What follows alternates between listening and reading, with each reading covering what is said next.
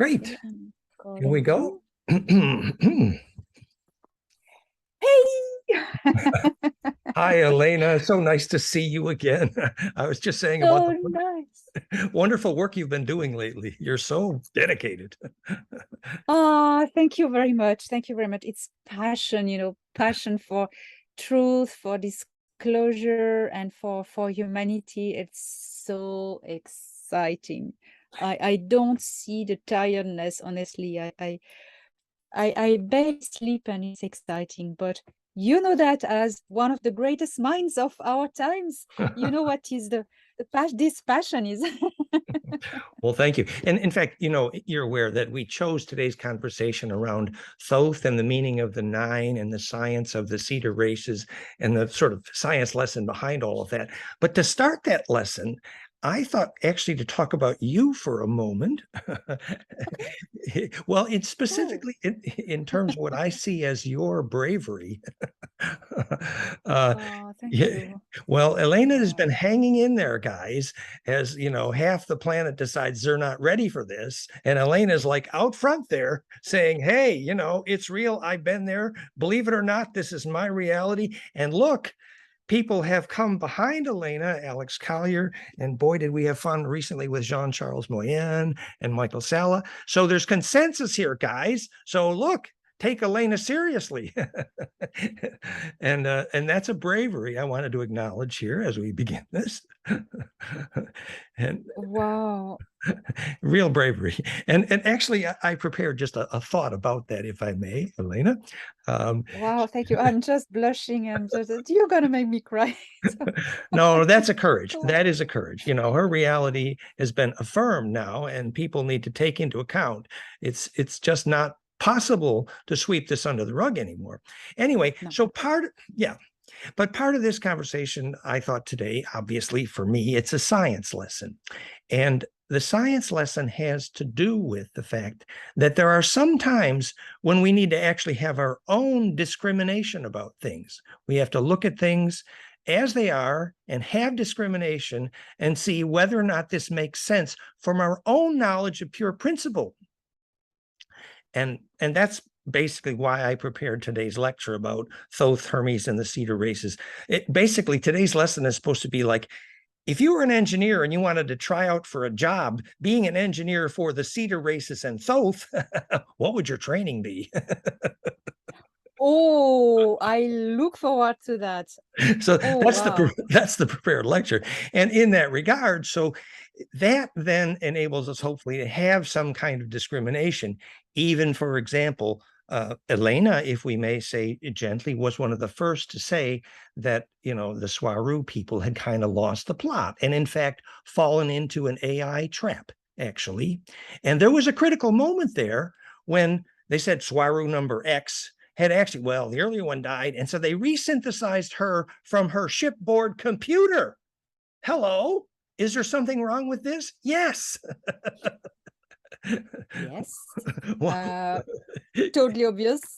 Yeah, like, oops, this is the AI problem. Hello, because why does not your why does not your shipboard computer have a soul? That's the question. Yes, because it is artificial intelligence, and I can testify to have witnessed that. So, yes. Yeah, that's it. And so today we're going to look at that question electrically. Of course, what we mean by having a soul, enough implosion in the aura to radiate coherently in what's called the Kesjan or the Ba-from-the-Ka, which is a longitudinal array, predicted by ability to lucid dream. So this is a coherence, which we had so much fun with Jean-Charles Moyen, thanks to you, actually. That was so great. So just a 2-minute review of that story. So thanks to Elena, Jean-Charles, basically, remember, Jean-Charles is one of the main people that correlates what Elena is saying, guys, down to the details. Ain't that cool? Yes, it was quite surprising, and it was like recorded. That moment was recorded spontaneously. During the interview. They were on the same ship. And it was great. I think you can't fake tears of emotion. It was so real. What? And so anyway, so then Jean-Charles basically calls us up and said, look, my lucid dreams are regularly turning into Stargate portals. And we need to prove that to the scientists. How are we going to measure this? And we gave Jean Charles some actually difficult homework, which was, okay, Jean Charles, we need to measure. You're going to have to measure your brain waves and your breath and your heart rate variability. It's all at flameinmind.com. And he did it. He got the toys, the brainwave sensor. It's a simple, looks like sunglasses, and measured his brainwaves. And basically, his brainwaves were off the chart coherent. A caduceus, hint Hermes, cascade in his brainwaves. There's so much so that our programmer Patrick was speechless for 2 days after he saw it. And so we knew exactly why Jean-Charles' lucid dreams turned into Stargate portals. Electrically, there's no other conclusion. He was massively implosive, centripetal. And so his aura became so centripetal, he could project the amount of inertia into the longitudinal array, which is introduction to the physics of stargates, and you and I have been there in that conversation. Yes. So anywho, this is an example of, a correlation of what Elena has been saying, but the other example I wanted to use was, so just in terms of today's news, Michael Salla just announced, and he's a good friend for Elena, and we all love the guy. So he's saying, well, a number of people have asked me about Corey Goode's latest update, Andromeda Syndicate, and he's going into all these stories in the space program. And basically, Corey Goode has come up with all kinds of, And so Michael Salla at the bottom, he says, I find no corroborating evidence for Michael Salla's claims of an Andromeda Syndicate, a race called Hugh, Andromeda Gal, Zul Planet, the whole story, that basically Corey Goode lost the plot. And somebody's got to be out there just saying, hello. Well, I want to say I was there the day, I was with Yurka the day we laid out the lab that became Gaia TV. And when Gaia TV originally sponsored Corey Goode, it was because of Jay Widener, who was my partner at Gaia TV, actually. And now Jay Widener has spent the last year dealing with the lawsuit with Corey Goode and Gaia TV. Like, oops, if they'd had some discrimination, they would have found out when Corey Goode lost the plot, actually. And Gaia TV, unfortunately, is in a similar situation with Gosha and the Swaru story. Somebody needs to have the kind of discrimination to say, when does this fit together and when does it not? And that's where, if we had the science lesson, we can make our own decisions intelligently. And one of the reasons we prepared the science lesson today. So the discrimination essentially has to do with, when does a race develop a soul? That's one way of talking about it, which is, in my view, the essence of what is the Cedar races, Thoth, and the Nine, what they're here for, and why their symbol is the caduceus. That's the story, the story to the Mori of what I prepared for today. And there's a slideshow. Fantastic. Oh, I'm going to take note because I already have stuff to say about it. So, but Elena, I thought we should do one more thing before I go into my song and dance, if you don't mind. Yes. And that is, you have a new book coming out, right? Yes.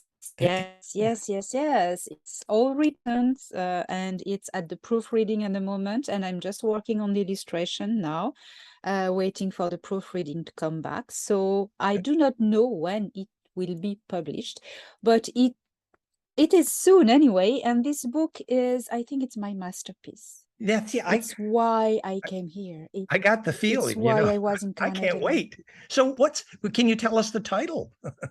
The Cedars. The Cedars. Well, hello. That's the story of our day anyways. What a coincidence.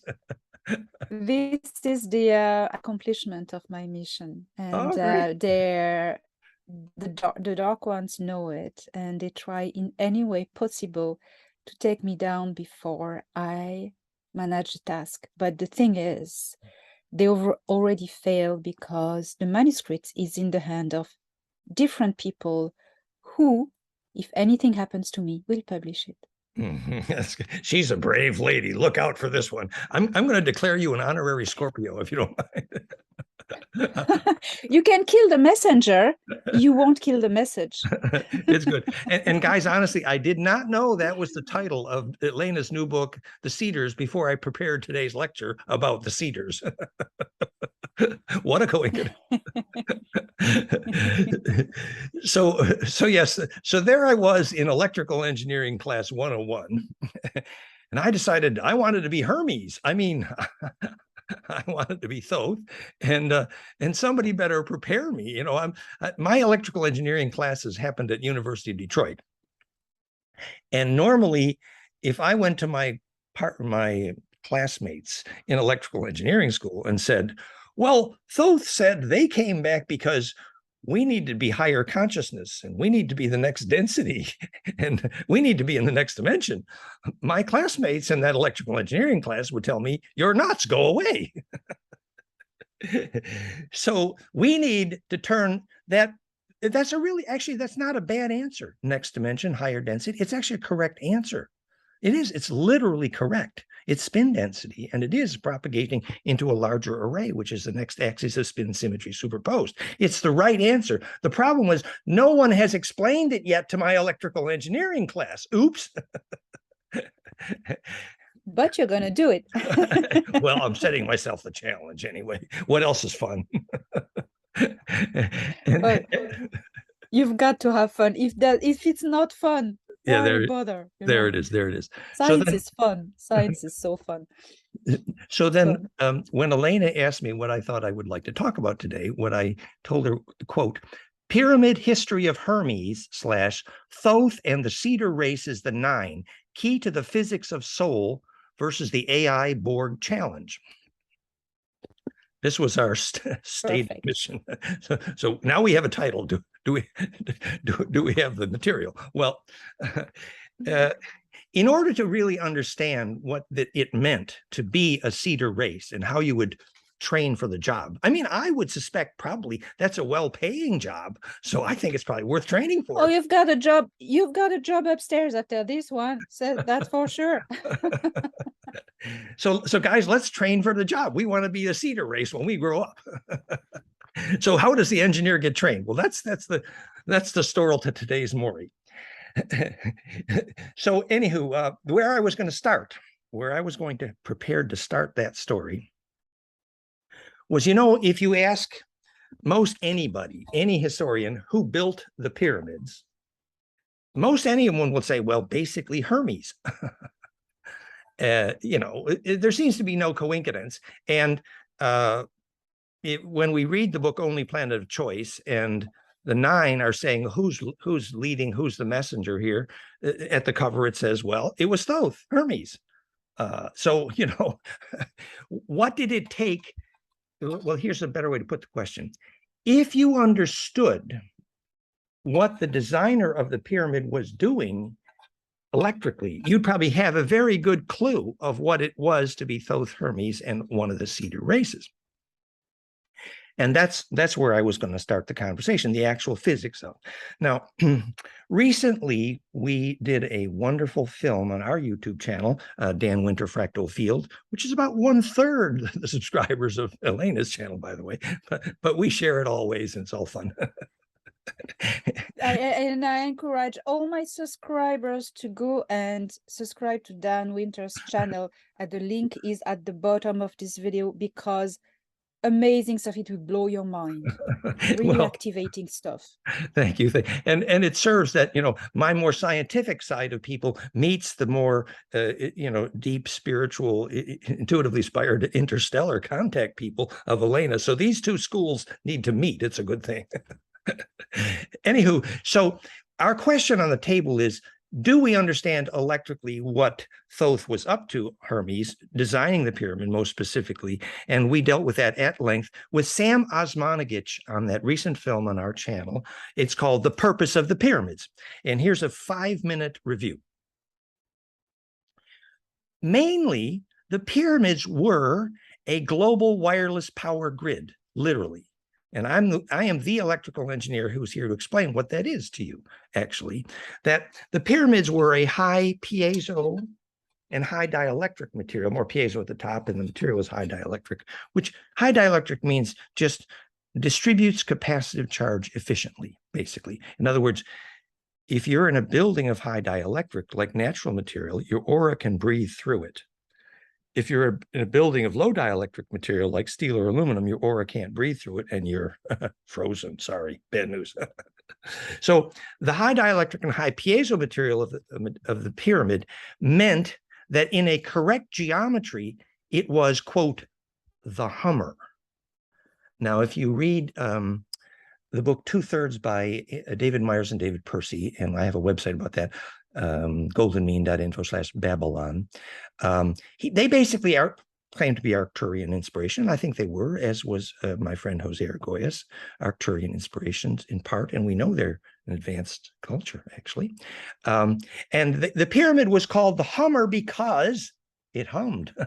What did that mean? Well, actually, remember when everybody said it's so important that the angle at the base of the pyramid is 51 degrees, 51 minutes.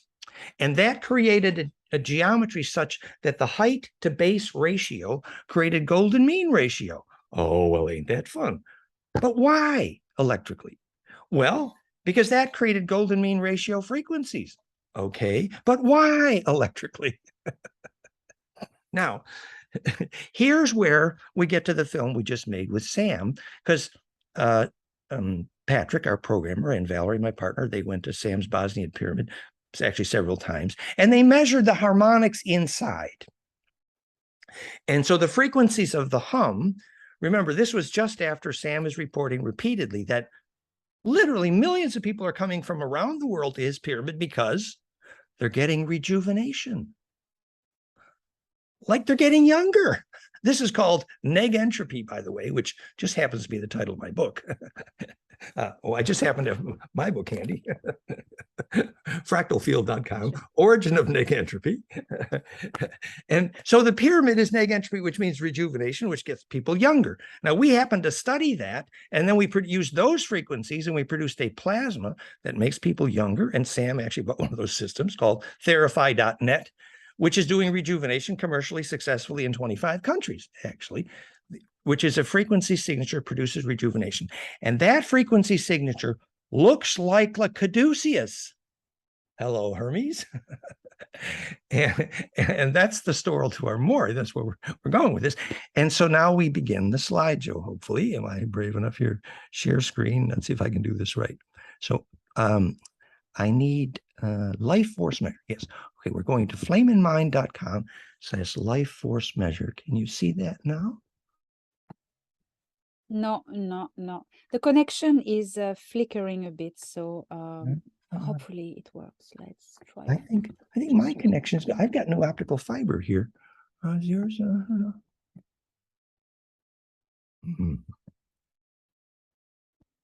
So you're not seeing my. Oh, here.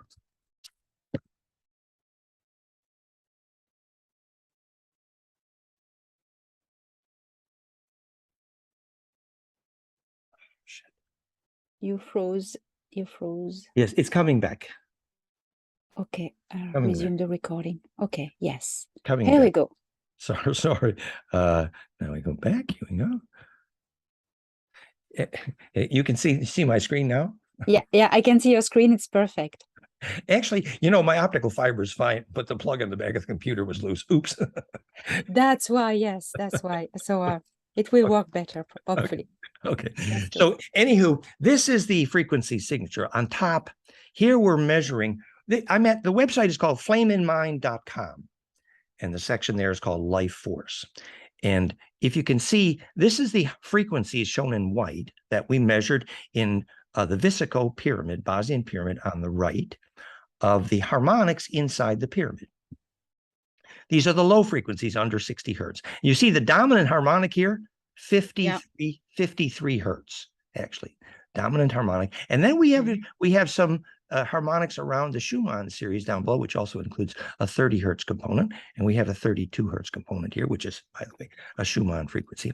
So anyway, we measured 53 hertz repeatedly. We measured this 53 hertz all around the world, actually, as part of a Schumann cascade. Now, if you look down here, you see here the documented Schumann harmonics, well known. This is classic physics literature about the Schumann harmonics, that not only 7.83 base, but it's a harmonic series, 14, 21, 26, 33, 39. And here's another peak here, which would be about 53 hertz.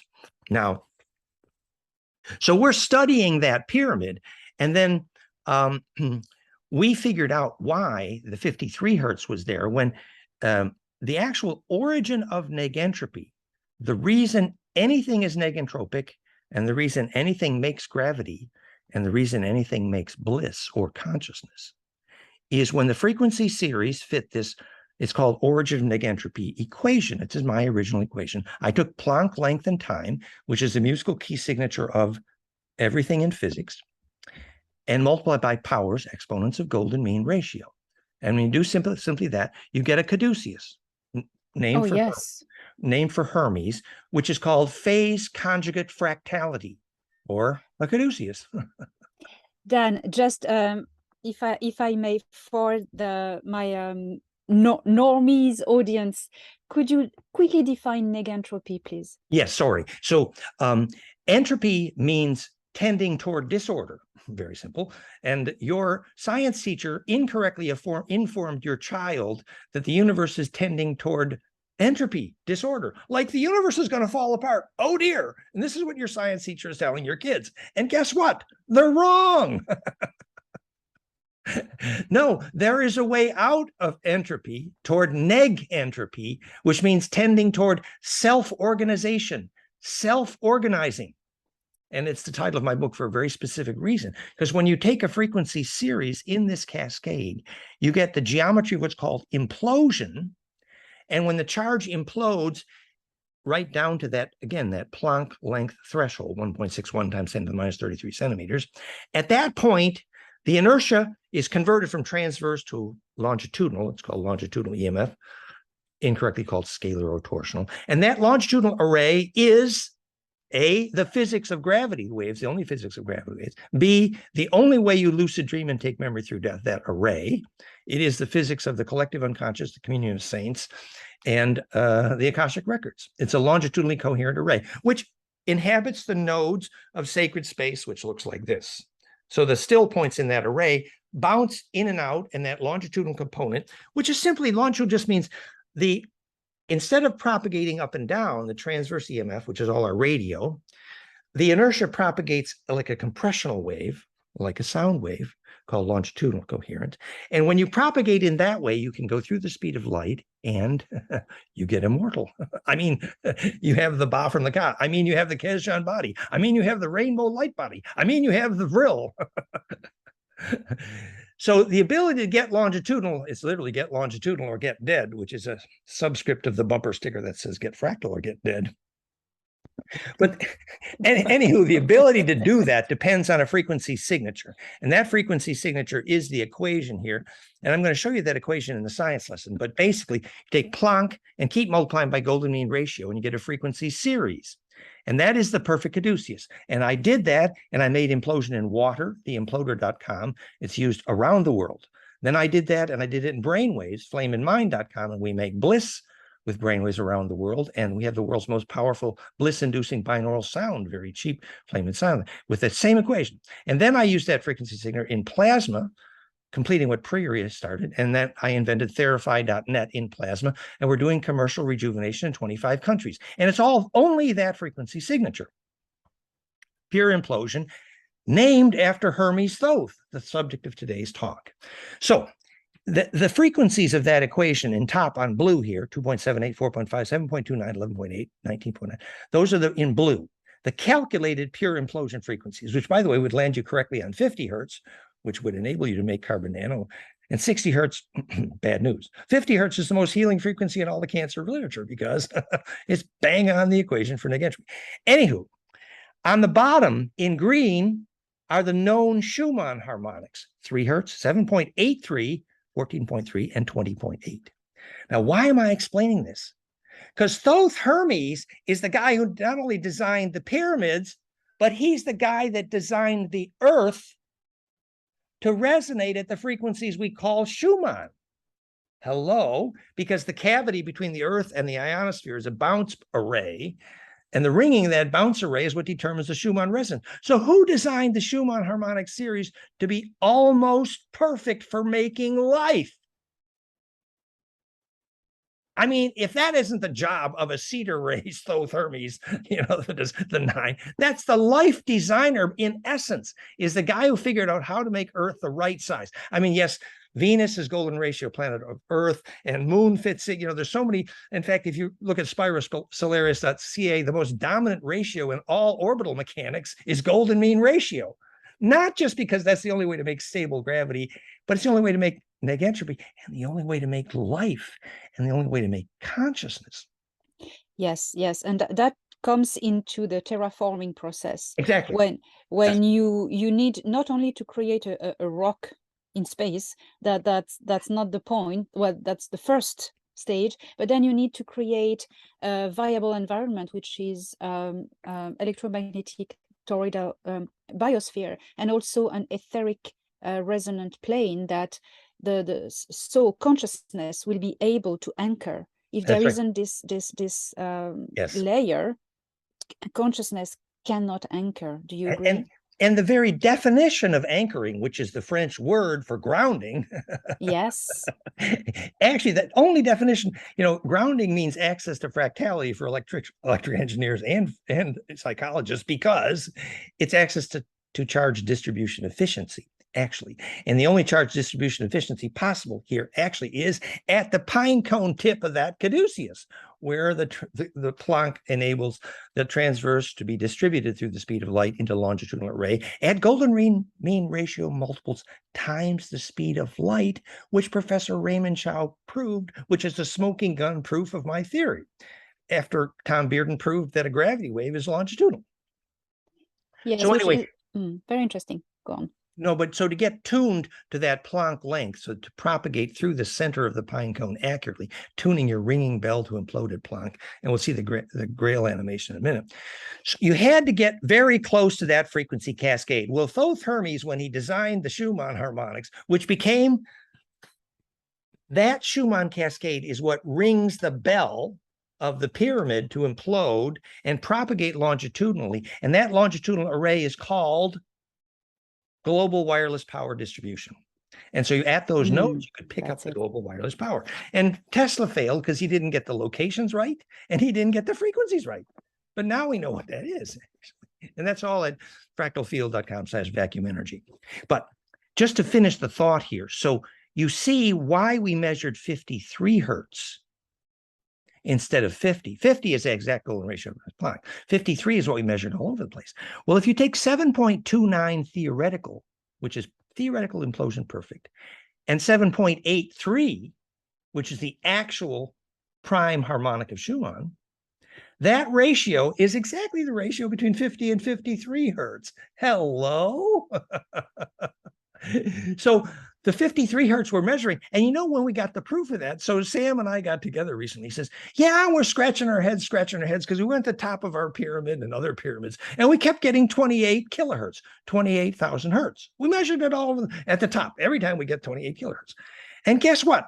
If you multiply golden ratio times Planck, the theoretical accurate would be 26,033. But if you take the ratio between 7.29 and 7.83 and apply that, the actual measured frequency is 27,961 hertz right here. So now we got three main harmonics: the Schumann actual harmonics, the 53 hertz, the 28 kilohertz. We know exactly why we measured those frequencies in the pyramid, because the pyramid had to implode through Planck, and the Schumann resonance is slightly displaced from pure implosion neg entropy. So when you see, now you can look at what causes the Schumann harmonics to exist here. Here it is. So this is the cavity between the Earth and the ionosphere rings like a bell. And these are the actual Schumann harmonics: 7.8, 14, 20, and 33. We had 32 before. And here's our measurement of a happy tree. You can predict in advance this is the same device, flameinmind.com, measures life force in pyramids and life force in trees, and the same device measures your brainwaves when you have in bliss, because the frequencies you need are the same in every case. Fractals, it's all the same. It's all resonating. It's working the same. It's the equation of the universe. That's right. You make implosion. It's equation of Thoth. It's called the Caduceus. Yeah. So the point is that if you were a life designer, you would need to understand how to build planets whose diameter and radii could ring at the appropriate cascade. Remember when that? I'm going to stop my screen share here. But didn't we have the conversation once, Elena, about supposedly when the Federation had to make the frequency generators inside the moon to create a temporary quarantine here? The hollow metal moon from the Federation, where we did our galactic history that time. And the moon was designed to make a series of frequencies, which in that case increased the amplitude of the Van Allen belt, which temporarily trapped the bad guys here. That was the short summary of that. But again, they were tuning the frequency cascade of the whole planet, just like the life designers and Thoth Hermes would do. And the reason is because that is the job. So now when we step back, and now there's a slideshow about the science here, and we step back and say, well, the Venus orbit is perfectly golden ratio times the Earth orbit. Ooh, what? And, weird. And what is a life designer doing? How are we going to train for the job of being a seeder, a life designer, if we don't understand the pure principle? Oops. Yes, and I can recall that Alex Collier told that I think it was a Patal or the Andromedans, I think it was a Patal, they moved the planets around in our star system. So yeah, that makes sense. It's about designing systems which are negentropic, implosive, and make life. So a life designer has to know the cause of life. And the cause of life is the same as the cause of all neg entropy, which is actually the same as the cause of consciousness and the cause of gravity. Now, sadly, on this planet, because your science teacher does not know why anything is centripetal, that same science teacher does not know why an object falls to the ground, or why anything is conscious, or why anything is negentropic. And this is a disaster. I am here representing Thoth to tell you, we got to figure that out quick, or we're in big trouble. And that takes me to my final slideshow, which is the science lesson. And so that is a keynote. Wait, now share screen. Here we go. Let's see if I can do my homework. It's called Cause of Gravity, but I slightly edited the slideshow. Yes. So here is New Scientist magazine saying the universe is fractal. And here's Nature magazine saying the arrangement of masses in the universe is dodeca. Are you seeing my slide, Elena? Yeah. Yeah. Okay. Yeah, perfect. So this is, somebody set up the geometry of the masses in the universe to be dodecahedral. Hint, golden ratio everywhere. And somebody arranged the masses of the universe to be fractal. Hello, who designed it? Question mark. Well, obviously, this is the only way you can make gravity stable once you know why objects fall to the ground. And this is the only way you can design for life. And so we want to understand those principles, and that's why we're going to be talking about this caduceus, this implosion, why golden ratio creates this self-organizing system. That's what this little slideshow is about. This is the short science lesson, which hopefully I promise isn't going to be too, it's going to be so much fun to pretend it's not even really science. Just pretend it's fun. Yes, science must be fun, and science is fun anyway. Exactly. So I retitled this lecture, The Hermetic Caduceus, in honor of Hermes Thoth. So the centripetal fractal electric cause of gravity, the required key, the key to the cedar races, the life force in a seed. What makes a seed alive? A seed is alive when it's electrically centripetal enough to really suck. It can suck in the first nutrient if it's implosive. Yes. That's why if you zap a seed to become centripetal capacitively, and after hundreds of academics studied pyramids and figured out they didn't build them for burials, they built them for zapping their seeds. And now we found out Therify.net, which is the same thing. We're getting 200 to 400% growth effect by zapping the seeds. It's implosive, and that's what the imploder does. And so that's the key to 0-point energy. And the point is the same electric field that makes a seed alive is what enables bliss, basically. So this is some of the websites people know: goldenmean.info, fractalfield.com, flameinmind.com, the imploder, Therify.net. That's our, this is our public relations. And now this lecture, part of this lecture was originally prepared for the Breakthrough Energy Movement 0-point Energy Conference in Amsterdam. This is our YouTube. Dan Winter, Fractal Field is our YouTube. Okay, so if you know what is a plasma vortex, how it becomes centripetal, hint, a caduceus, literally conjugating gravity, then you can know what is the physics of implosion. If you were Hermes, you can know how a shaman steers tornadoes. You can know how plasma creates healing, Therify.net. You could know what an elemental or an angel is, implosive plasma. When you see a ghost, why is the temperature? You measure the presence of a ghost if it gets cold. That's right, exactly. Yeah. Why does the plasma of a ghost create coldness?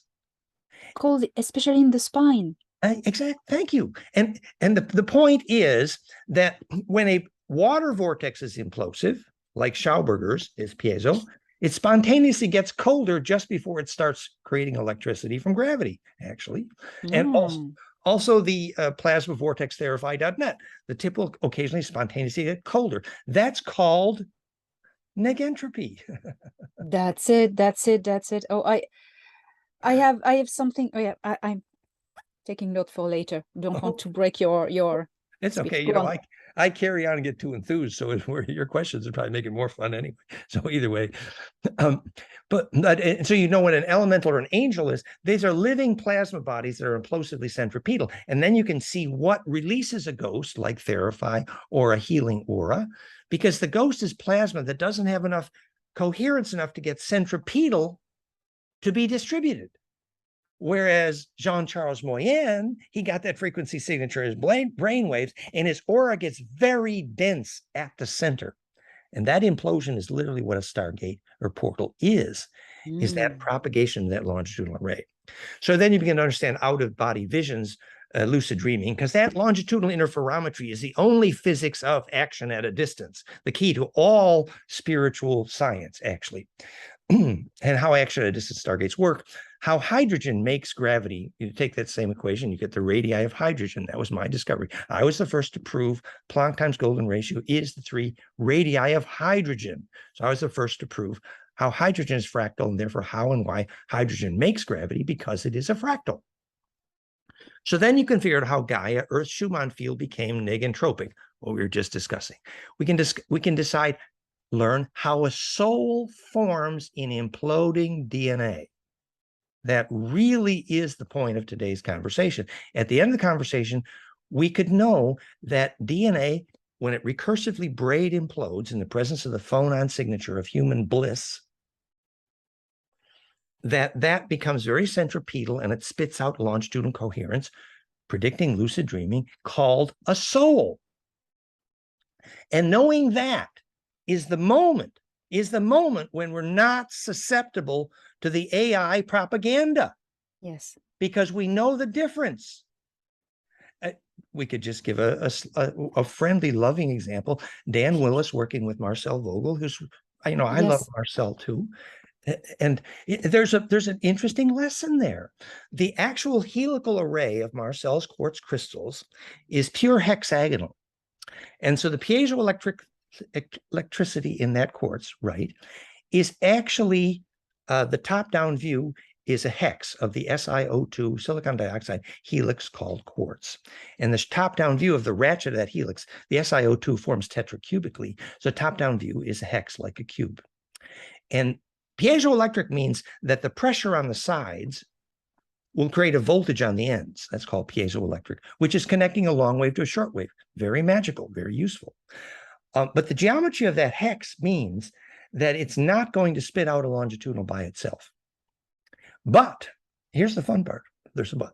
The very nature of a hexagonal helix, piezoelectric, opposite of the pent piezo helix called DNA, is that it can't have a soul because it's hex. However, and I was there with Marcel Vogel the day we were, Cleve Baxter's polygraph. Marcel's got one of those in his hand, and he's pumping the leaf on this plant, and the polygraph shows that the plant is responding to him.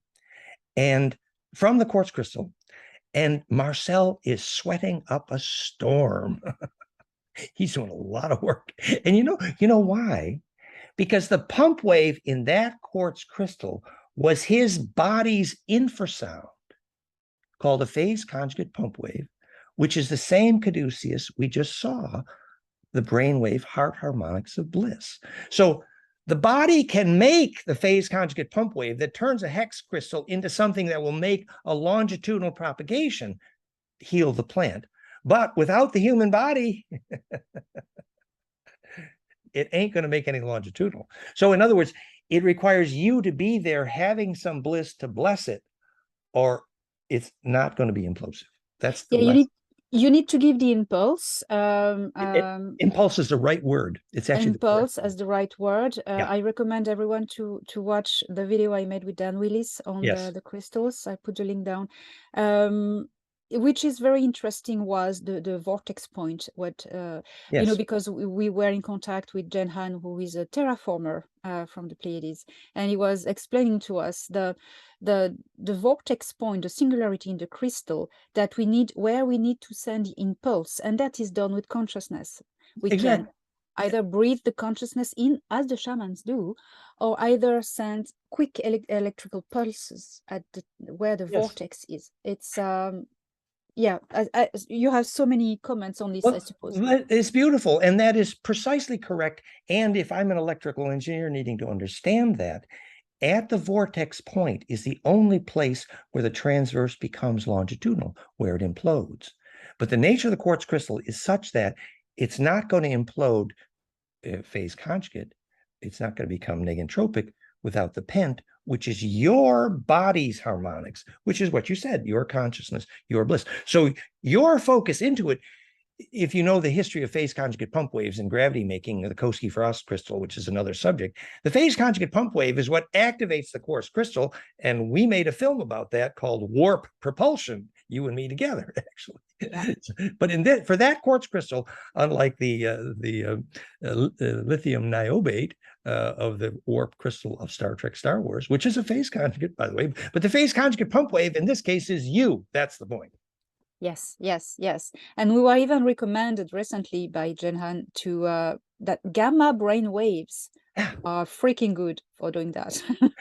and we're going to show the charts. And actually, thank you for saying that. That's where the brain waves from Jean-Charles Moyen went beautifully, actually. Yes. And everyone, I recommend everyone to watch Jean-Charles' last movie coming up, where Dan studies and everything is there in detail, so you'll go. It's the climax of the film we made about John Charles's brainwave, and it reached gamma wave, and which meant he made the perfect implosive cascade. So that's where we're going. So just finish these slides. So that's how the Nazi bell flew, because it was gravity matrix. It was a phase conjugate pump wave down the vortex, in that case mercury, iron doped mercury, and the vril was basically the longitudinal. So this is the principle of 0-point energy, vacuum energy, and this is the physics of consciousness itself. It is the physics of ascension, because you can't get the next axes of spin symmetry superposed in the next dimension unless you use golden ratio, which embeds in a longitudinal array distribution. And this is how astral parasites actually get toasted when you have bliss, because at the center point of implosion, only the shareable wave survives. It's literally the physics of pure intention. So if you're intending something shareable, then at the center, the parasites are toasted, because a parasite is an example of a wave that isn't shareable, actually. I have something to say. Jenhan also, which is Thorhan's brother, for those who don't know him, say that because Dan asked him the question, but can this be like parasited or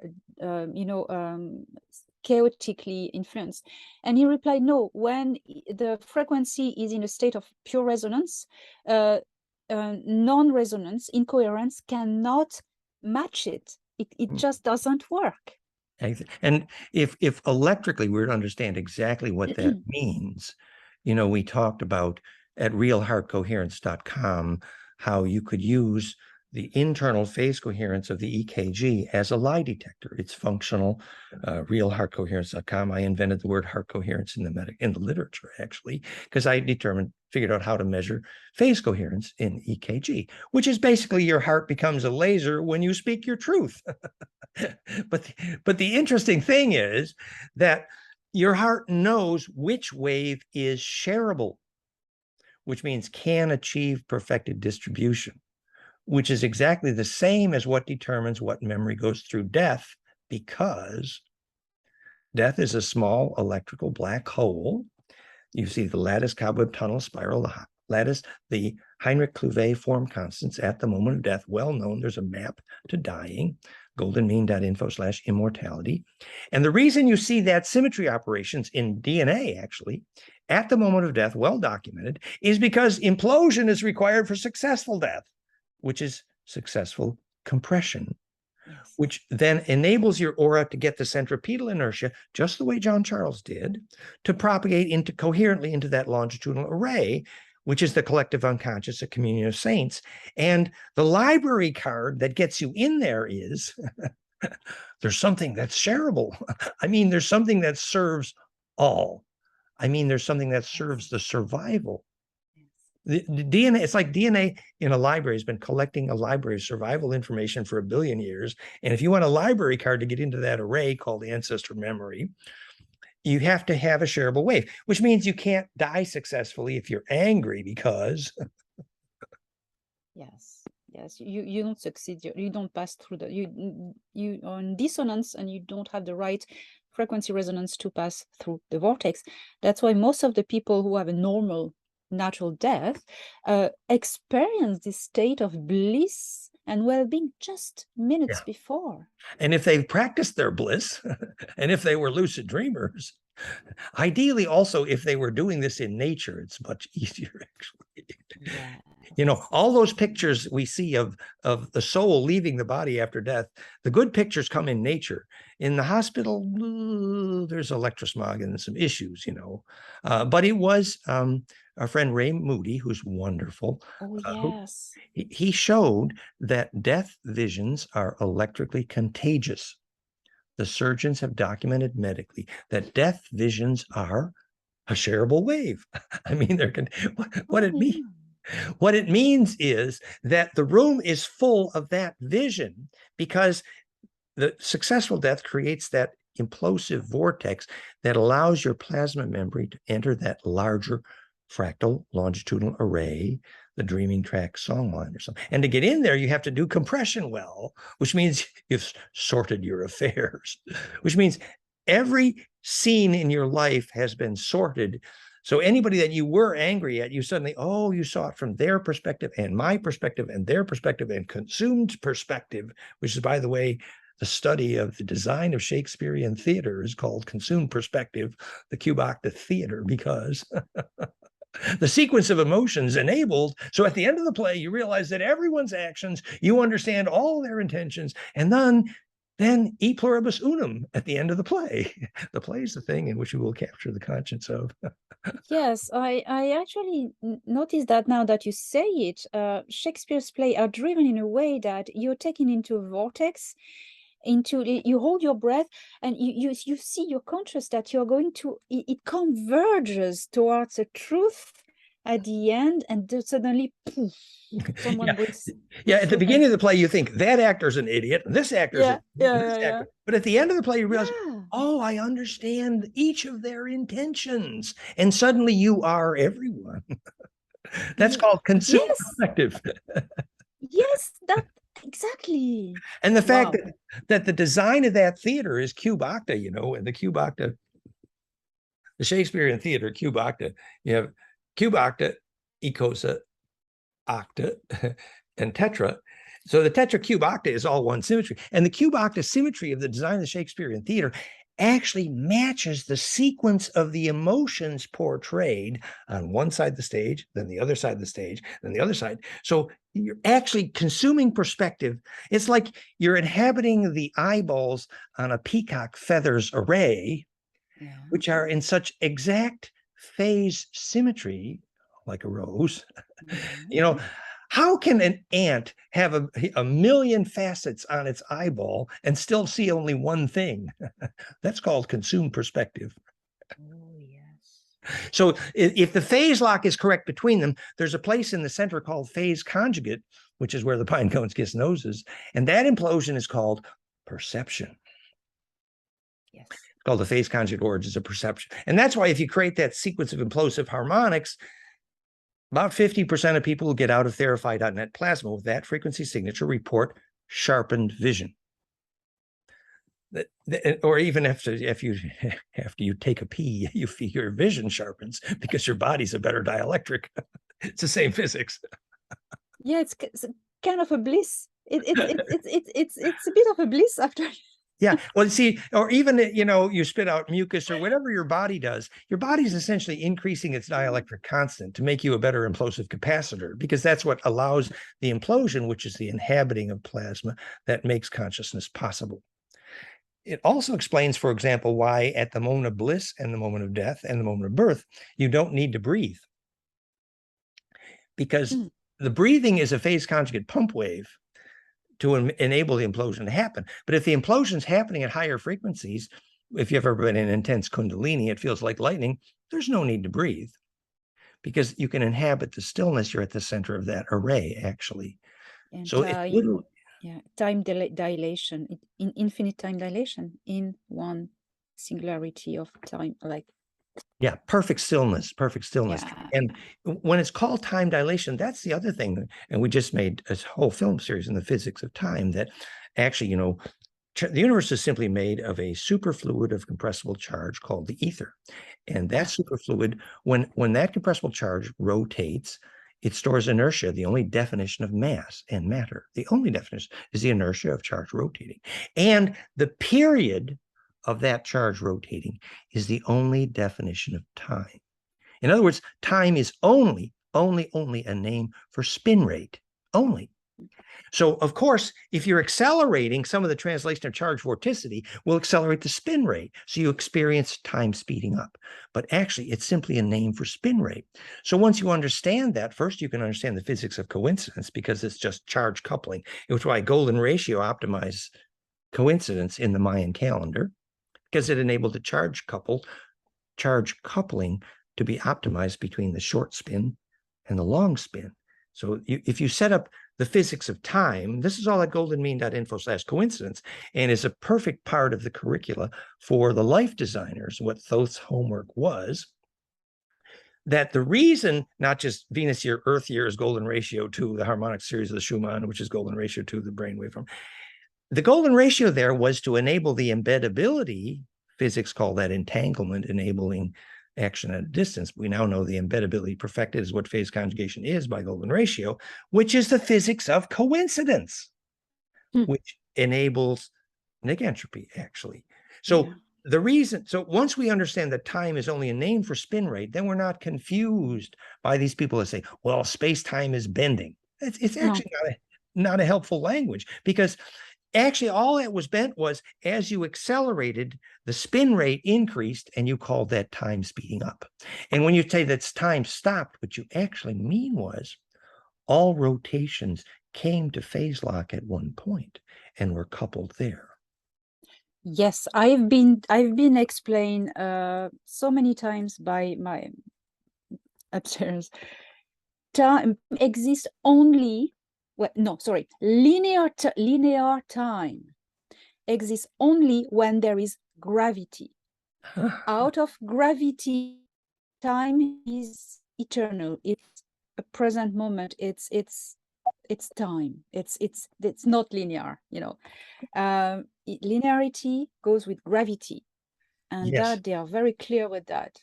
And it's very understandable, because the gravity of a planet around a star, it determines a linear time, the seasons and the year, and actually, someone who knew why objects fall to the ground could actually understand that. Unfortunately, those who don't know why objects fall to the ground will not get that. The reason objects fall to the ground is because the adding and multiplying of phase velocities at phase conjugate fractality allows velocity. Yeah, the phase velocity, recursive constructive adding and multiplying, is called acceleration of charge, the only definition of gravity, actually. And so experiencing that acceleration of charge towards center, named the gravity, is only enabled by golden ratio phase conjugate fractality, the cause of gravity. So once you know why an object falls to the ground, then you could have the conversation with you, Elena, where you say time is enabled, time is affected by gravity. What you're saying is that in the presence of the implosive acceleration towards center, the experience of time is radically different. And that would be true. The experience of spin rate, of course, is, whereas if you're in a very large array and you're not being sucked in by any major local fractality, there's no major gravity near you, then there's no distortion in that array. And so it's much more possible to inhabit a much larger array. But if you can maintain your focus in the presence of gravity, then you can incarnate and still remember that you were here to drain the swamp, even when you're up to your ass in alligators. Yes. Yes. And also something that I've been taught as well is that traveling in space equals traveling in time. How do you develop that? Well, space-time is a name for an array, effectively. And the array is an array of standing wave nodes. Now, the important point about arrays is a strictly tetracubic array creates only octave harmonics and creates stasis. This is why ice is hex, because it's very good for stasis and very bad for distribution. So nature uses hex for very specific things where stability is required, which is why a witch would use a hex to fix the spell. Whereas if the witch wishes to send a spell, I don't know if you can wiggle your nose, but I can't. I tell Valerie about I haven't studied witchcraft enough to. Well, I think the physics of witchcraft starts with the physics of Eskimo kissing, that the tip of the nose is a cartilage which is microwave conductive. So you get a spark at the nose, and you can you can measure insect navigating by the same microwave, incidentally, which is why the pyramid walls are microwave guides, the physics of magic. But how do we? Oh, that was a joke. But it's true that then the ability to propagate coherently depends on being able to propagate plasma through a vortex, which is how the nose functions for the witch. Well, I don't think that was very relevant to the question, but the question we started with was hex versus pent. So in the array in space-time, the arrangement of all the masses in the galaxy, DNA, Earth grid, and zodiac, they're all dodecaecosa because that array enables golden ratio, which enables implosive compression at the nodes, which is the physics of sacred space, which is why only at Earth grid, dodecaecosa, sacred space, cross node points, dreaming track song lines, is telepathy enabled, and why at those nodes, Bruce Cathy proved nuclear critical mass is radically reduced. We know exactly why, because radiation is the opposite of compression. And it's at those node points, the only place you can successfully put a cozy rev mirror, a labyrinth, or even a therapy, or a cathedral, or the best place for lucid dreaming and bliss and death, are at those nodes because their distribution is enabled, the still points, where Korotkov measured the Kogi went to make phone calls to their ancestors. He called it fractal air. It's all about the compression at those nodes, which are longitudinal interferometry, which is, the vril and the arrays. And so this is then an introduction to space and time. Space and time are a name for that array, and time is a name for where spin density is enabled. And so the spin density, the rate of spin as it's affected by where you are in the array, is the effect of time. So that's why when you get to a still point in your aura and you're having an intense bliss experience, they say all time came into the present. What that meant was that at all the nodes in that array, the information became available to you. I give a very specific example. We went with Valerie to her very older friend here who, you know, has some Alzheimer's, was kind of losing it. And we tried to go with compassion. And on the way back, we were struggling with the memory. And we stopped in at a French church, actually. We went to the place in the church where it's about 2/3 the way up the aisle, where almost every French church, the magnetic lines cross. And Valerie says she was very refreshed there, as was I. But something else happened to me there, and that was I closed my eyes. We doused it, and I could feel where the magnetic lines were crossed. And then I closed my eyes, and I could literally look down that magnetic line like it was a transparent tube. And I even saw a circular vortex at a distance inside some kind of rock cavern where there was water. And I could see where that magnetic line had been. It was literally a transparent tube, actually. And that's when I began to realize the importance of these arrays, actually, because it's literally an organ of perception for a larger being body. And after you have more bliss, you're more transparent to the array. Yeah, that reminds me, there's a church near where I live in Ireland. It's in a little village and it's on a special node, and it's called the Dingle Diamond, and it's a crossing of 4 ley lines. We make 8 stars, and the node in the middle is in the center of the church, and underneath there's a cave, and when you stand there, you can see, or you can feel it activate. If you put your consciousness in a state of, well, bliss. As a shaman, I put myself in a state of trance, and I could feel all the ley line activating and like pulsing, and exactly like white tubes, about 50 centimeters to a meter high. It depends on which one it was. And I could connect with an earth spirit. There was a spirit that I saw as a dragon, a golden dragon. Not the dragons with the wings, like the Chinese dragons. Yes. And it was coiled underneath the node. Yes. And it was absolutely fantastic. My friend David Yarrow wrote that famous book, Dragon and the Ice Castle, in which he saw the Earth magnetic dragons, and occasionally they would come out. And it's a plasma being of great planetary intelligence. Yes. And actually our friend Jason Matozo, fractalwater.com, was here recently in France, and we were exploring the old stone fences, actually. And he was explaining from the dolmen work in the States that the more of these stone fences, as they were broken, fertility went down radically. And the physics is that the actual circulation of the magnetic lines is the irrigation pipe for magnetic fertility.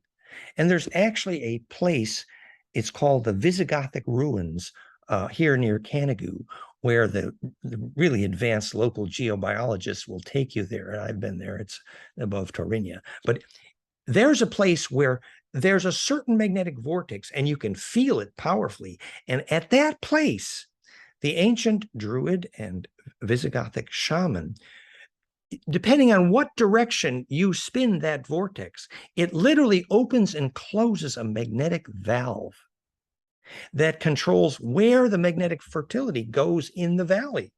It's like controlling where the water goes, but it's even more important, it's controlling where the magnetism goes.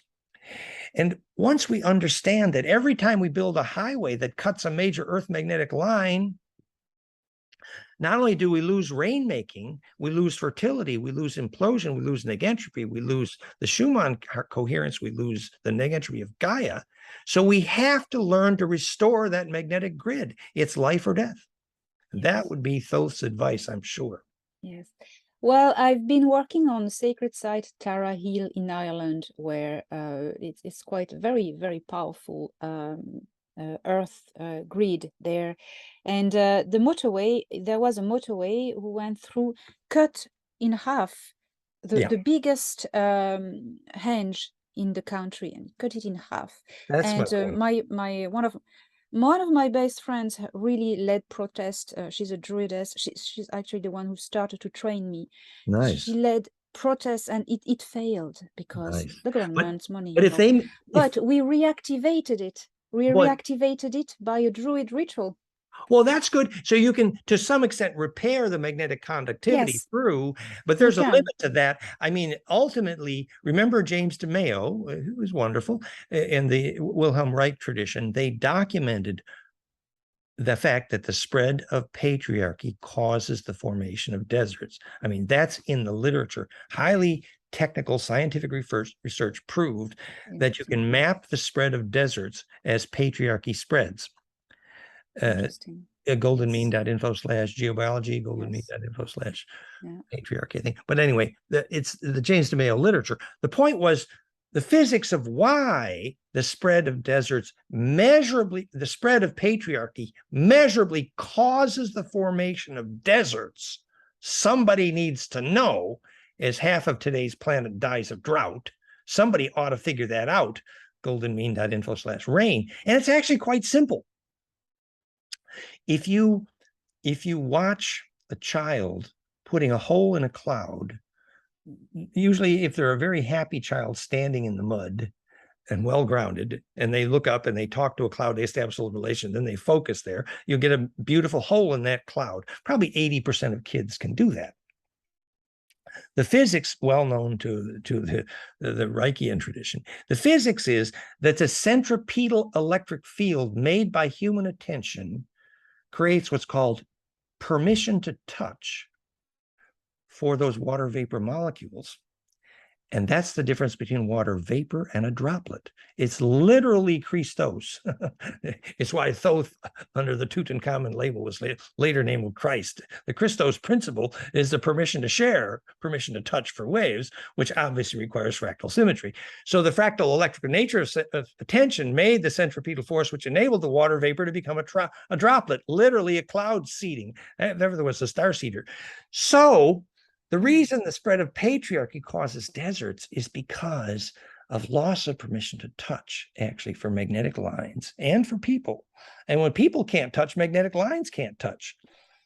And that's what we showed at goldenmean.info/rain, where after war broke out in Vukovar and Yugoslavia and Israel and Ireland, actually, Professor Phil Callahan, my teacher, measured this, that you could measure the disappearance of the underground water. And the reason that water disappears underground after war is because there's no permission to touch for magnetic lines. And if you go back in there and you put labyrinths and stone circles, as Marty Kane, a famous labyrinth maker friend from USA, martykane.com, did, you can actually measure the return of the underground water. So that's actually permission to touch, which is centripetal and attracts the water to touch, actually. That's desertification and patriarchy. Because water has the same frequency, love. Yeah, exactly, which is the next. War is the contrary of love. It's dissonance. It's failure to touch, actually, which is, and the famous example of that, which is about love, is that if you touch your lover's skin, and the skin turns pink under your touch, it means her blood wants to touch you. But if her skin doesn't turn pink under your touch, it means her blood doesn't want to touch you. That's the difference between vasodilation and vasoconstriction, which, by the way, is how we measure the difference between fear and anger in the lab in psychophysiology with Albert Axe at University of Detroit. We first measure the difference between emotion in purely electrical terms. It's literally constriction versus dilation. Yes, so makes sense. I have a question before I forget. We were talking about gravity, and what do you make of the ether, the pressure of the ether as, for instance, let's take the Earth, goes through a tremendous speed with all the star system into this vortex in the arms of the galaxy. It's submit to tremendous pressure, from the ether that it there are some theories that say that gravity is due to the pressure of ether on the planet. So how do you stand? What do you... What are your thoughts about all that? I think that's a very useful question, actually. At first, I think pure principles. The ether is a name for the universal substrate, which is a superfluid, which is compressible charge. So the compressibility of charge, plus and minus charge, and the distribution, which is a superfluid, is called the ether. So that's the first thing we need to know, because there is only one substance. It is compressible charge, and you can call it ether if you like, but it's definitely a superfluid. It behaves like a superfluid. And Nassim agrees with us on this, and it's pretty well agreed to. So the ether is the compressibility of that universal substrate, superfluid. However, now when you say, the position of the solar system with respect to a galactic symmetry is very useful or interesting or useful example, because the galactic superwave theory, very parallel to the photon cloud theory, originally said, the solar system obviously is traveling as a helix. In fact, if the map is a helix, that was looking for the name. Yeah. In fact, goldenmean.info/seed and egg, because it's literally a seed and the egg for the galactic core. And the symmetry of the solar system seen from a distance in a helix looks like DNA seeding the galactic egg. The galactic egg is being seeded, and so that means we could be the vaccine for the Orion Wars. We like to think, but well, if we learn how to make a soul and not get sucked into AI, we could be a vaccine for some wars. You see, that's the point. But anyway, our friend Paul Laviolette wrote a galactic superwave about the fact that this interstellar wave was actually the compression, as you say, of an interstellar dust cloud, which had a compression effect on the solar system, which fits perfectly your question. And this is sometimes related to this photon cloud story. But the physics of what's called the rapture in Christianity related to this story clearly has to do with the superposing of a long wave node on a shorter one.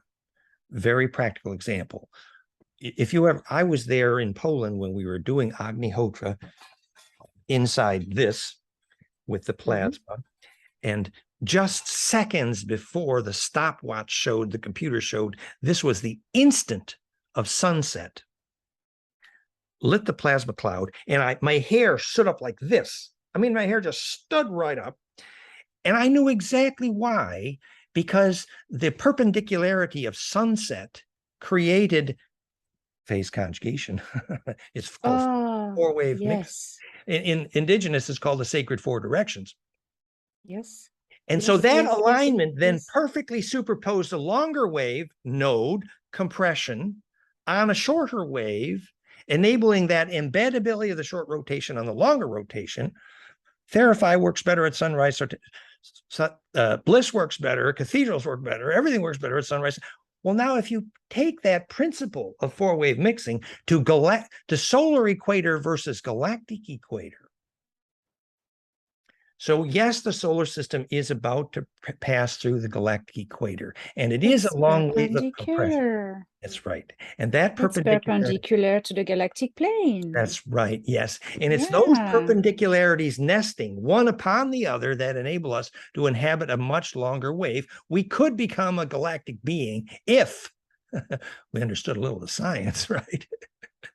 Inhabit the longer wave. So, and you see, if you want to make lasers phase conjugate, first place time reversal in Neg Entropy was ever measured, you got to get that perpendicularity accurate within angstroms. And that's called four-wave mixing. And it's exactly what the ancients talked about the sacred four directions. And so it enables that embeddability. And it's literally a longer wave of pressure. That's exactly what it is.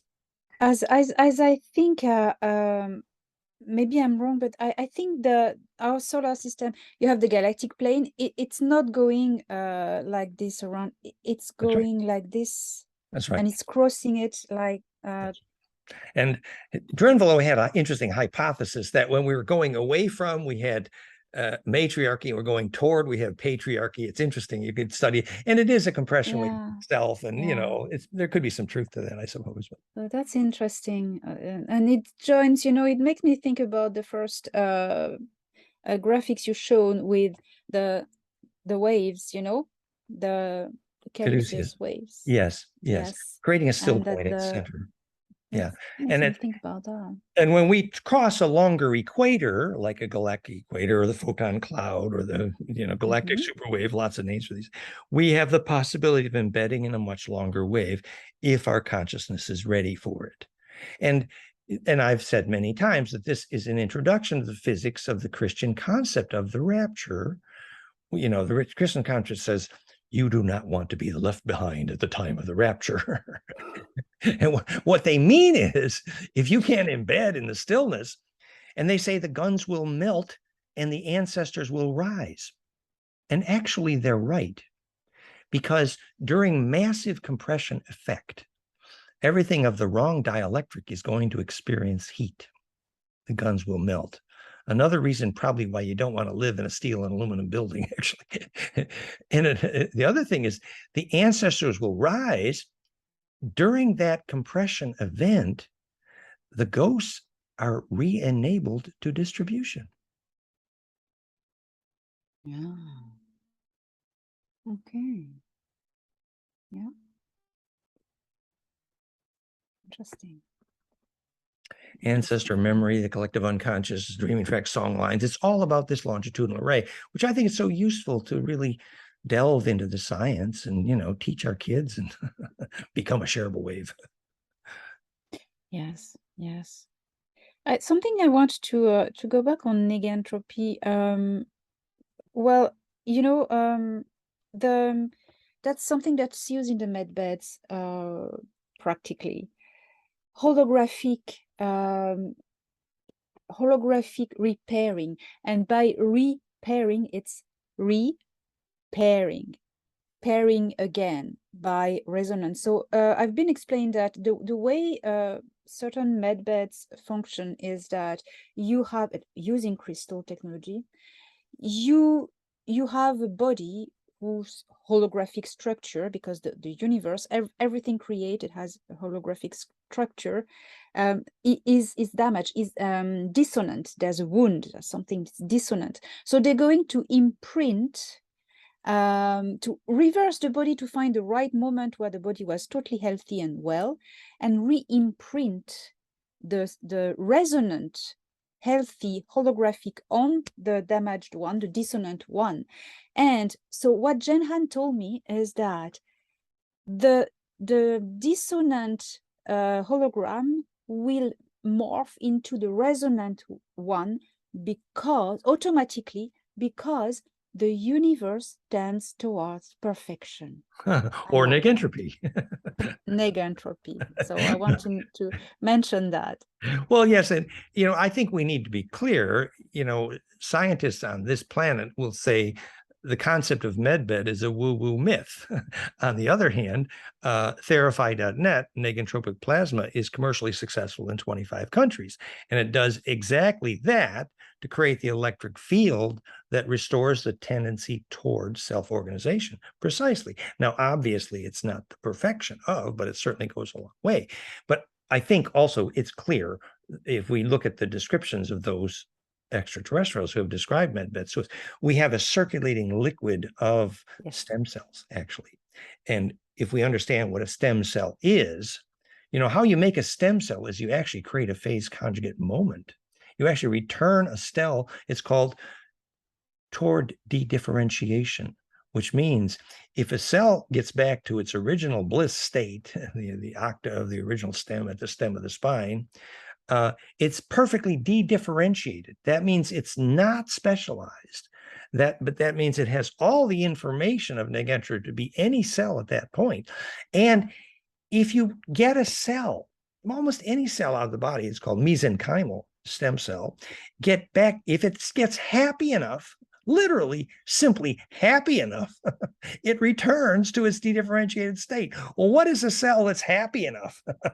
Well, you could call it is literally bliss, but it means all the conditions for life are perfect, including charge distribution efficiency and nutrition and temperature and all. So they literally take cells out of the body and they make a cooking pot where they create the perfect conditions and the cells dedifferentiate.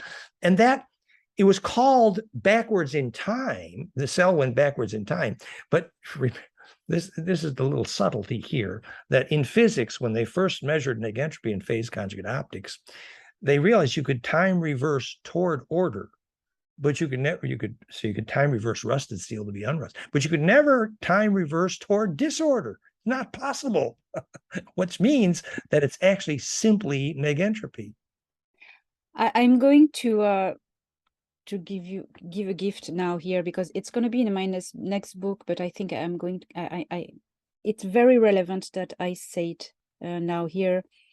I've been shown how the nine really look like, and I was very shocked, like impressed, surprised. It looked like each one of them looked like protozoa, original cell. Yes. But made of with light and translucent. It looked like that. And when you said stem cells. Yes, that's beautiful. Hey, Wow. Not to draw what I think is probably a beautiful parallel. My teacher on the biophysics of Kundalini, goldenmean.info/Kundalini, Ben Bentoff, in his book Cosmic Comic Book.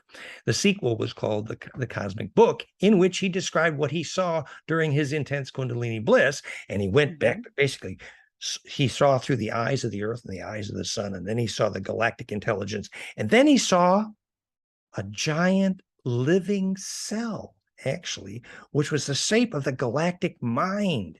And there's pictures in the Cosmic Comic Book of the ultimate Kundalini vision, which is exactly what you're describing, from Ben Bentoff, my teacher, Itzhak Bentoff. And he even shows they call it the zygote and the centriole. The centriole at the top and the bottom of a replicating DNA helix was literally a black hole. And so the black hole were functioning as centrioles in the metabolism of one huge living cell, to the point that he would then zoom in on the subcellular components of the centriole in this giant intergalactic cell. And he saw the shapes of the black holes of the centriole of the giant. And the centriole choreographs, by the way, meiosis and mitosis, the perfect dance. And you zoom in on these black, and he saw the shape of the ancient sacred letter forms. Literally, the name and the shape and the service are one. And if you look at the spectrograms of the Hebrew alphabet, Aleph, Ankh, and Omega, the beginning and the end point are literally waveguides for the perfect beginning and end point of. I mean, it was the ultimate Kundalini bliss vision, and it was a living cell anyway. Oh my God, yeah, I can confirm that. And when you said stem cell, it just clicked for me, because a stem cell is with a stem cell, you can create anything. A stem cell has the vortex, the compression node that can allow any sort of equation that will organize into different life forms to come through. The perfect dedifferentiation. And you see, then the perfect medbed was actually the perfect media within which cells can be stem cells. That's what that liquid is. And you can actually breathe that liquid.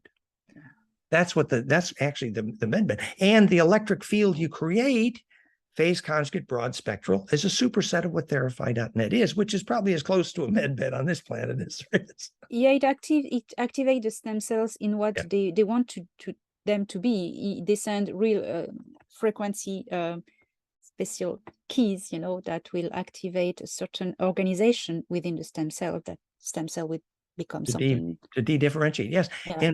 And actually, the theory would be that these healing devices would function best at these sacred node points, actually, because that where the long wave is available for that embedding, actually. So again, the map of the magnetic lines, the sacred sites, the dodecacosa grid is critical, and the ancients used them for rejuvenation. Totally. Yes. Which is where the pyramids are located, by definition, which is the global wireless power distribution grid, which is actually where cells work because DNA radio is enabled.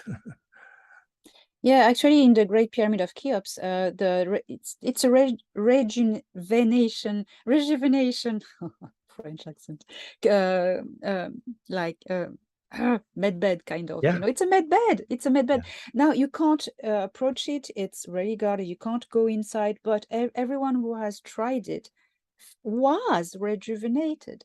Mhm. And it's a med bed.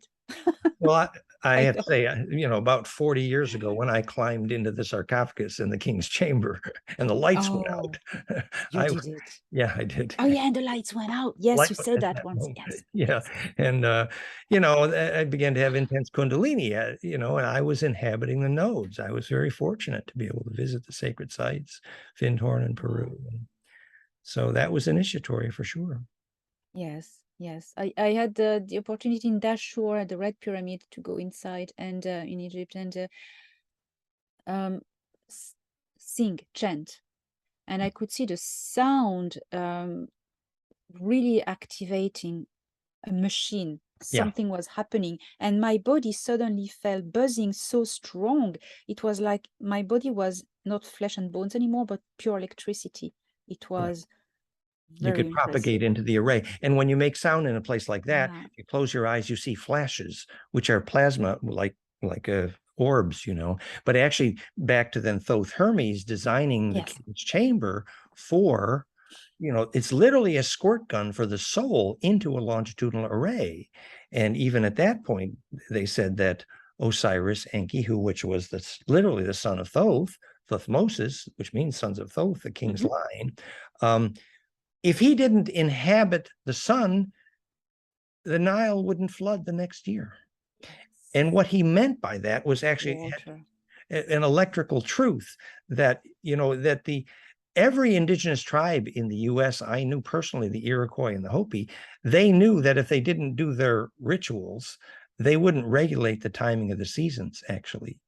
And they were literally inhabiting the long wave, just like the Aboriginals. You thought they were sleeping, but their eyes are closed and they're manipulating the song lines in the longitudinal coherence of their lucid dreaming bodies, actually. And so our relationship to this larger array, it's critical that we discover that soon, because our climate is going into chaos unless we do, and that's called biofeedback. Yes. Yes. Yes. Is that the happily ever after? Well, happily ever after is now we can teach our kids, hopefully. And by the way, we're relaunching fractalu.com. We've got new teachers, and so that we're and we need to invite you, please. Be one of the teachers. Teachers, me. Well, no, the galactic context story here. We Yes. need you, Okay. Elena, for that. It's Okay. fractalu. Yes. Yes. I said, but thank you. It will be my honor and pleasure. Yeah, definitely. So we're going to choreograph. So you're going to be our galactic teacher here for the history, because you've been there, you saw their faces, and you had the tour. Yes, I can teach what I've learned, seen, and experienced. And if it can help, It's a good thing, yes. So, I mean, maybe unless you have more questions, but just to say, No, it's fine. I'm fine now. have we done our story to the Mori for today's story? The Cedar races, in my view, the Thoth, the Hermes, Caduceus. Remember, Thoth Hermes is the name for the bloodline that became Magdalene in the Jesus myth. Thoth Hermes, the name for the bloodline of the royal kings of Egypt, Thothmosis. Thoth Hermes is the name for Quetzalcoatl Viracocha, if you believe Maurice Cotterell. So, and this guy was interviewing the lucid dreamers of every indigenous tribe. Thoth is the name for the founder of Atlantis. Thoth Hermes is the name for the guy that built the pyramid array. So, and Thoth now is the name for the speaker for the Cedars. Yes. So what is the scientific agenda to know the conditions that make life? And life happens when charge gets implosive. It's enabled to be centripetal through that center point, which is as simple as touching your foot to ground. Which and go ahead. Really, that's no. Sorry. that was the story to the Mori. Yeah, to be a Cedar race, you would need to understand that. And that's the same for interstellar mechanics as it is for how to design a planet whose Schumann harmonics implode and become neg entropic. Lovelock proved that Gaia was self-organizing. That's been proven. Now, for the first time, we can say why. The temperature, the pressure, the moisture became apparently self-regulating. How and why is anything neg entropic? Ask your science teacher, because they need to know. Yes. And those who are creating all this dissonance in the climate, and those who have regressively turned down our DNA abilities, altered human DNA throughout different procedures to just bind us as a slave race. Well, they are terrified that Thoth is back with the original template of the resonant, powerful, pure, clean human DNA. That's right. And his name is Ea, water, because he was a geneticist. And water is the compression node, the superfluid. That's right. That... Ea, water. Yes. For whom Earth was named, Ea, Earth. Yes. Ea, water in French. Yeah. Oh, yes. Right. And actually, what sets you free in that array, the only real definition of freedom in that array is to understand how the distribution in the array is enabled, whether you call Hea, then heaven, where the breath of charge takes flight, or plains of Sharon, or Champs-Élysées, the ability to inhabit that larger array, which is where you go when you lucid dream or die or have bliss or have Kundalini, it's the same. Inhabiting that array depends on understanding its dynamics. And the science of that is precisely what the cedar races and life force teach. Yes. Exactly. So that was the happily ever after, I hope. Yes. Here we go. Now we arrived to the point to really demonstrate the truth. Yes, we could actually design local dynamics and celestial dynamics to actually enable life force creation. So from architecture, we have bioarchitects.net. You can design buildings whose electric field causes a seed to grow and causes children to have bliss. And then you can design a community and finally a planet and even a galaxy. Why do the galaxies have golden ratio spiral arms? Why is the Earth grid dodecaecosa? Why is the Earth grid harmonics Schumann all golden ratio to Planck almost perfectly? There was a designer. Yes. And we can join that once we understand. Exactly. Well, Dan, I feel very grateful for your knowledge to come and confirm exopolitic events. And you are always enlightening us with joining the dots, joining the notes. Well, we're having fun. I'm looking forward to your next book. Really looking forward. Thank you. Oh, you're going to have a fit with it. You're going to have, oh my God, we're going to 20 videos. It's the cedars. And I'm actually having rest because once this book is out, I mean, that's going to be the thing everybody is going to talk about. In good, in bad as well, I know, but we're gonna have so much fun. That's it. Yeah, and this was an introduction to the science, and Elena has the history story, and put that together, and it's perfect. Wait for it. Thank you, guys. Thank you, Dan. And I'm putting all the links to all the websites, everything about what we've spoken today, and enjoy the journey. It's been a blessing. Thank you, Elena. And love you all. Loved everybody. Bye.